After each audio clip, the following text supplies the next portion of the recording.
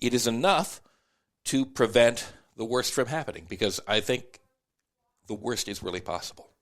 Oh, 1,000%. Everyone I've talked to, and I mean, there are some pretty reasonable people out there. You're a very reasonable guy. There's some pretty reasonable former Republicans who are like, this is not hyperbole. I'm not joking. I'm not being dramatic.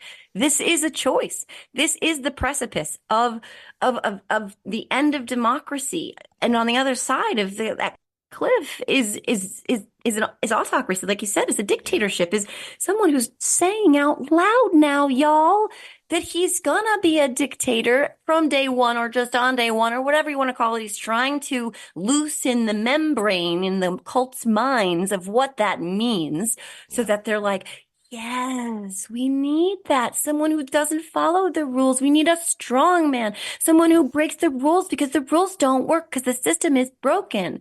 And it's terrifying, because even for all of the failings that there are in the Democratic Party, and believe me, there are a million. I get it. I know it. They're not perfect. That's not the idea of democracy, isn't to be perfect. It's to be striving towards that perfection.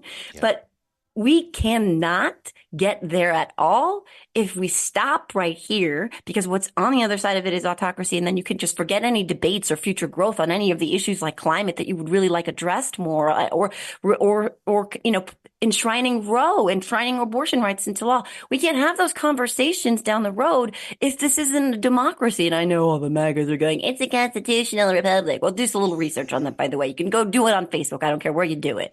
But you don't even understand exactly what the terms mean, because it's a little bit both at the same time. I think they don't, and I have, believe me, there was a time that I worked in right-wing talk radio, and the hosts will tell me, we're Republican, not a democracy. And I don't know, maybe we started out that way. If you look at the strict structure of the Constitution, that's not where we are as a country now. In 2023, that is not where we are.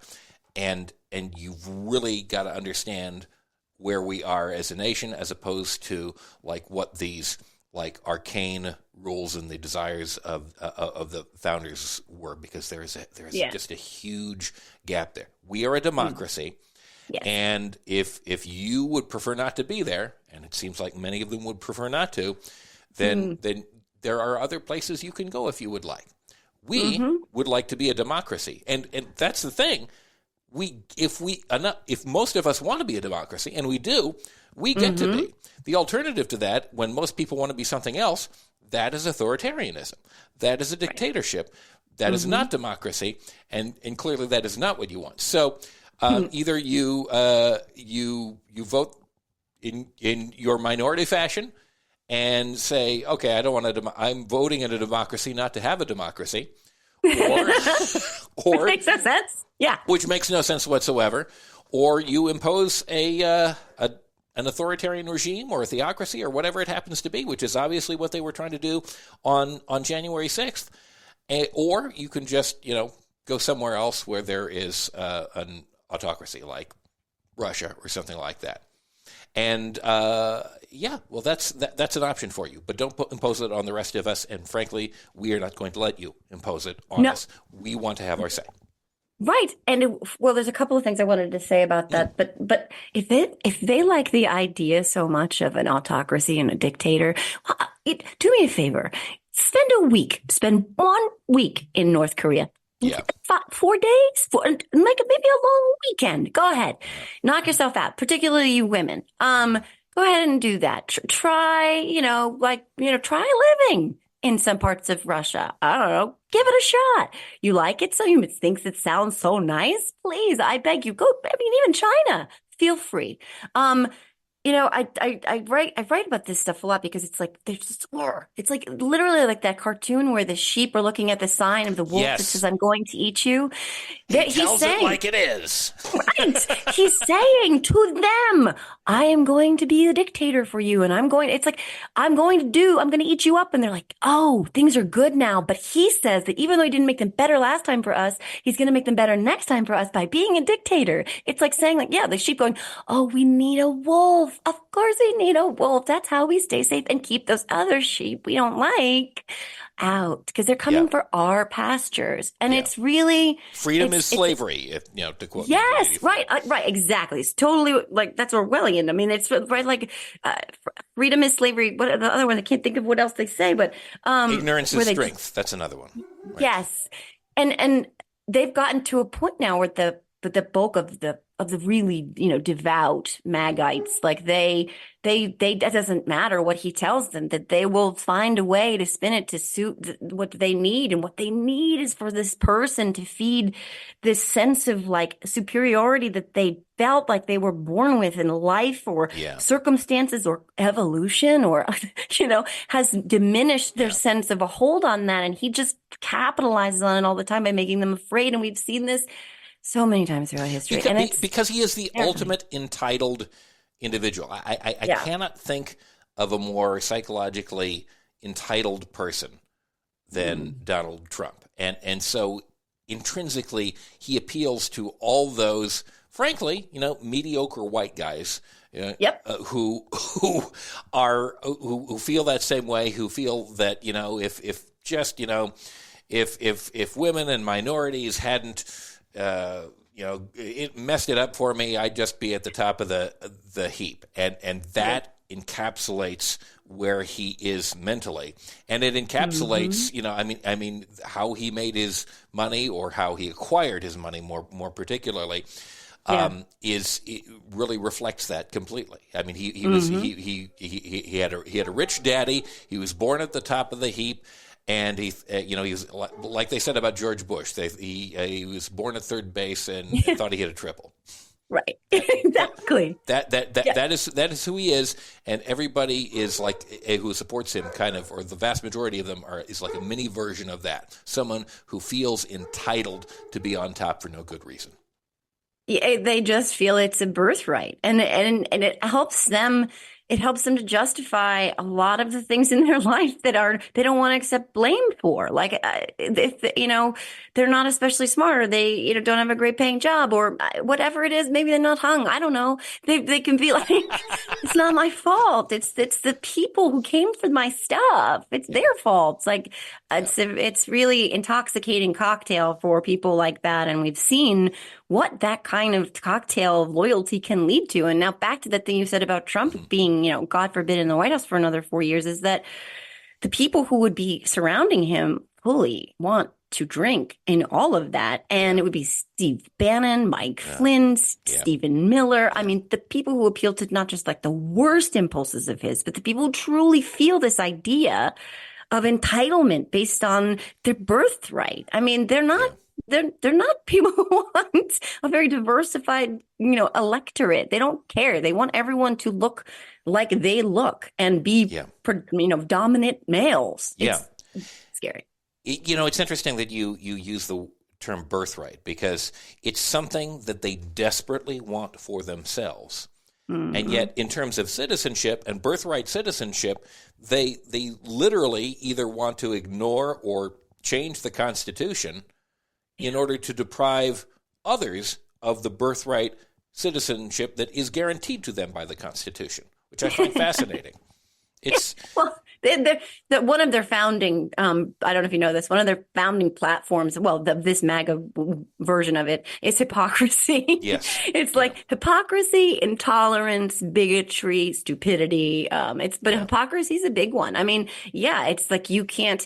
Most of them also put Donald Trump himself, like they're descendants of immigrants, but they just want to pull that ladder up and be like, my dad was an immigrant. It's like, this is what really, truly does make this country the tapestry that Jimmy Carter imagined, and they don't want that. And the reason I think that they are so desperate and so extreme and so far right is because they know that notion is in the throes of its extinction. Yeah. And they're up against the clock of time to do whatever they can to unnaturally stop it from happening. Yeah. And they will succeed. And that's we've seen extreme versions of what that looks like throughout history. And that's not hyperbole to say that could happen here. I mean, they're talking about deporting people who don't believe our national religion. Like, what did you just say? No. I mean, we can paint all sorts of pictures. And Trump acolytes, like, Nick Fuentes, the guy who Trump had dinner with, wants to deport or kill all non-Christian. I forget which one. I think he wanted to kill them. I think that's what he said. I believe that's correct. So, so this is a serious thing that we're talking about. So I am wondering what we need to be focused on. I mean, I think there are always a lot of different fights we have to fight against autocracy, especially in the Trump era. There's so many ways in which they're pushing and attacking, and I feel like we are relegated on the left to playing defense so much of the time. So I'm wondering what your thoughts are as we move into 2024 for what we should be focusing on, where we should be taking the fight to them preemptively and not just, responding on defense, which, we have to do that too. But where should we be leading the fight and taking it to them? I think the number one thing, and I think Biden has done this intermittently, but I think when he really leaned in hard on being the pro-democracy party and not the party of competency, not the party of chaos. First of all, I'll start with saying this. Most Americans, most people in general, respond more to messaging about, when it comes to elected officials, what you're going to do for me, not what they're not doing for me. And I know that I go down that rabbit hole a lot where it's like, this is what they're not doing. They're crazy. This is all they're doing is chaos, blah, blah, blah. But Americans want you to tell them what you're going to give them. They're less motivated, believe it or not, by fear than they are by hope and promise and a better life, more things, not less things, more freedom, not fewer rights. So I think that Biden, again, he's been good about this. He gave that one speech. I don't know if you remember it. You probably do, where he was backlit by red, and they're like, demon Biden. And a lot of that speech was about hated that one. They absolutely hated they were so triggered. Yeah. They needed a safe space and some Bud Light to shoot. But so was it Bud Light? I don't remember. It was Bud Light. It was. I can't keep up with the beers they shoot, but whatever. But Bud Light. So they need a therapy Bud Light to shoot. But they were really triggered by that. And I think a lot of it had to do with the speech. And the speech was, that MAGA Republicans, which he was making the distinction then. It's less of a distinction now. It's kind of all MAGA, as we saw with a unanimous vote in the impeachment inquiry, a unanimous vote for a coup plotter to be speaker. It's just MAGA. So he kind of said, we are the pro-democracy party. America is a democracy. They are not. We are. So I think that's one. So to kind of start with, we can disagree on lots of stuff. We can have those conversations only if democracy holds. Then we can keep moving. But the alternative doesn't provide any of those debates. We're done. We're stuck. That's it. It's over.